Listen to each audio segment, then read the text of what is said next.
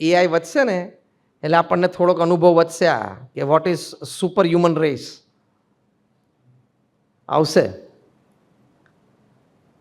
ચેટબોટ્સે પોતાની લેંગ્વેજ ચાલુ કરી દીધી. એ લેંગ્વેજ હવે ડેવલપ થાય છે જે આપણે માણસો સમજી જ નહીં શકીએ. એઆઈ પાવર્ડ ચેટબોટ્સ પોતાની ભાષા ચાલુ કરી દીધી. એઆઈ પાવર્ડ ચેટબોટ્સ હવે પોતાનો એક જુદો રિલિજન પણ ચાલુ કરશે.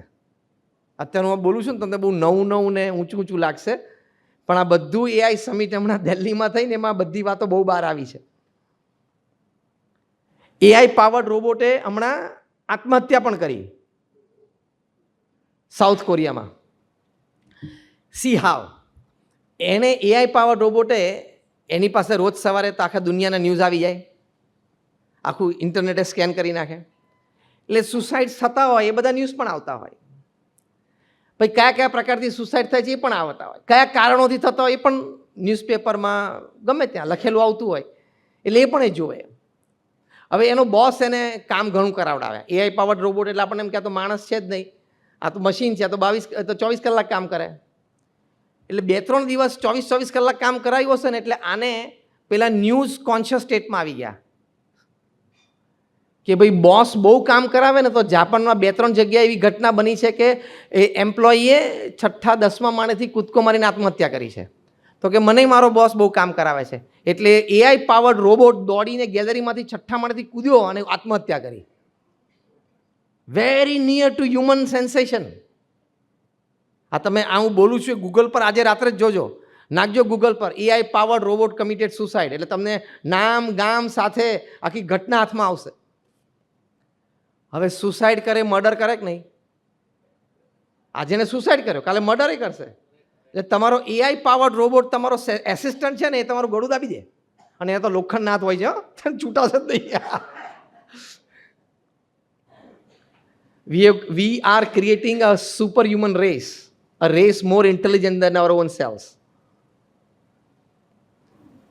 અને હું નામ નથી આપતો પણ એક જાયન્ટ મલ્ટીનેશનલ કોર્પોરેશનના એઆઈ હેડ હમણાં અઠવાડિયા પહેલાં બોલ્યા આ સમિટમાં જ કે ઇન ધ નેક્સ્ટ 18 months, આ સ્ટેટમેન્ટ તમે નાખજો ગૂગલમાં એટલે તમને આખી સ્ટોરી આવશે આજે રાત્રે જ. In the next 18 months, all the white collar jobs upon this earth are at risk. આવતા 1.5 વર્ષમાં બધી વ્હાઇટ કોલર જોબ્સ જવાની છે. પૃથ્વી ઉપર લોયરની જરૂર નહીં પડે, અકાઉન્ટન્ટની જરૂર નહીં પડે, ફાર્મસીના રિટેલ કાઉન્ટર ઉપર ફાર્માસિસ્ટની જરૂર નહીં પડે, તમારે ક્લર્કની જરૂર નહીં પડે, અને એઆઈ પાવર્ડ રોબોટ્સ ઘરમાં કામ કરશે એટલે તમારે ડોમેસ્ટિક હેલ્પની પણ જરૂર નહીં પડે. કરશે શું આ બધા નવરા થઈ? Crimes will increase exponentially. In some conference I talk, AI will exponentially increase crime. એટલે જેમ હ્યુમન ક્લોનિંગ અત્યારે ઓલ ઓવર વર્લ્ડ બેન્ડ છે, human cloning is band all over the world. કે ભાઈ મારા જેવો માણસ, તમે એક સામાન્ય તમારો એક શરીરનો વાળ મને મળે તેમાંથી તમારા જેવો માણસ ઊભો થઈ જાય કરી નાખે આ લોકો. That is called cloning. ઘેટું ઊભું કર્યું, બકરી ઊભી કરી, માણસ ઊભો કરી શકે. દુનિયાના બધા દેશોએ સાથે બેસીને વિચાર્યું કે આ હ્યુમન ક્લોનિંગ તો ના જ થવું જોઈએ. Why? To maintain the dignity of human life. Human લાઈફની ડિગ્નિટી શું રહી તો પછી? એમ સમય એવો આવશે ઘણા બધા ક્ષેત્રોમાંથી એઆઈ બેન થશે two maintain the dignity of human work. કરશે જ અને કરવું જ પડશે ને થશે જ. તમે વિચાર કરો કે બધા લોયર ફ્રી થઈ જાય તો થાય શું? બધા એકાઉન્ટન્ટ જોબલેસ થઈ જાય તો થાય શું? એક અમારા પરિચિત છે ત્યાં દુબઈમાં, એમની ઓફિસ છે. એમને મને હમણાં ગઈકાલે જ અમે એક કાર્યક્રમમાં yesterday this same time like about 1 hour back 7 વાગે I was talking to like 400 ISRO scientists in Ahmedabad. After the session we met many people there. એમાં આ એક યુવાન અમને મળ્યો, એને કહ્યું કે ત્યાં દુબઈમાં એની મોટી કંપની છે, એને 200-300નો સ્ટાફ છે, this that. One of the sections of his company, they design websites for high-end websites બધા માટે. એને કહ્યું કે મારો આઈટી એન્જિનિયર 10 દિવસ રોજ 10 કલાક કામ કરીને 100 કલાકનું કામ આપે ત્યારે એક વેબસાઇટ કોઈ કંપનીની બનાવી શકતો હતો. 100 મેન આવર્સ, ત્યારે એક સારી વેબસાઇટ કોઈ કંપનીની બનાવે. અત્યારે જે એઆઈ ટૂલ આવ્યો છે એ ફક્ત 20 મિનિટમાં એ વેબસાઇટ બનાવે છે.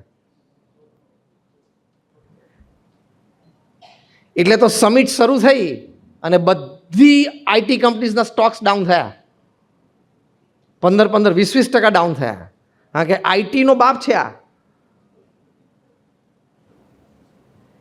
મેં એટલા માટે વાત કરી કે જે ત્રીજા પ્રકારની આપણે વાત કરીએ છીએ ને, લાઈફ એન્હેન્સિંગ વેલ્યુ સિસ્ટમ, એ બહુ જ અગત્યની છે. અને એમાં આપણે મનુષ્ય બેસ્ટ ક્રિએશન છે પૃથ્વી પર ભગવાનનું.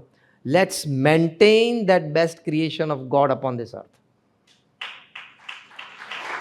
It's our responsibility. એ આપણી રિસ્પોન્સિબિલિટી છે. ઘણા બધા ક્ષેત્રોમાં ખૂબ લાભ થયો છે. એગ્રીકલ્ચરમાં એઆઈનો ખૂબ લાભ થયો છે, ડિફેન્સમાં ખૂબ લાભ થયો છે. It can be continued in some sectors, but in sectors where it is taking away jobs of middle class people, you cannot afford it. Life enhancing સર્વિસીસમાં આપણે વેલ્યુ સિસ્ટમ શીખવાડવાની છે કે as human beings we must maintain the dignity of human life and dignity of human work. એ આપણી જવાબદારી છે. હું વાત કરતો હતો દિલ્હીમાં અક્ષરધામમાં અમે વેજીટેરિયનિઝમનો સ્પોટ મૂક્યો હતો કે જેમાં શાકાહારી ભોજનની લાભ અમે બધા મૂકેલા છે.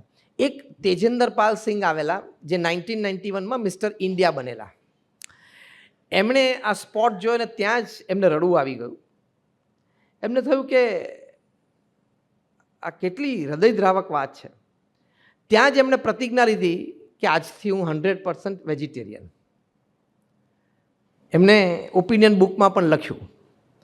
પછી એમણે લખ્યું કે દિલ્હી, હરિયાણા, પંજાબમાં મારા જીમ છે, એમાં કદાચ 5000 યુવાનો બોડી બિલ્ડિંગ માટે આવે છે.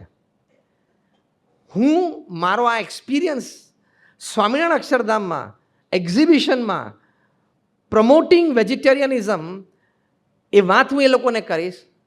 અને મને આજે અહીંયા સ્વામિનારાયણ અક્ષરધામમાં જે પ્રેરણા મળી, હું ભગવાનને પ્રાર્થના કરીશ કે હું મારી જેમ મારા 5000 સ્ટુડન્ટ્સને સંપૂર્ણ વેજીટેરિયન બનાવી શકું. એટલે પ્રમુખ સ્વામી મહારાજે અક્ષરધામનું નિર્માણ કર્યું, એમાં એક પ્રદર્શન મૂક્યું, એમાં શાકાહારી ભોજનની વાત મૂકી, એમાંથી આ વ્યક્તિને પ્રેરણા મળી, એમાંથી 5000 વ્યક્તિઓને પ્રેરણા મળી. વર્ષો પછી એ પાછા આવ્યા, લગભગ 4-5 વર્ષ પછી, ત્યારે એમને કહ્યું કે 50 to 70% of my project is done. કેટલી મોટી વાત થઈ ગઈ. એટલે આ પણ એક સમાજની સેવા છે.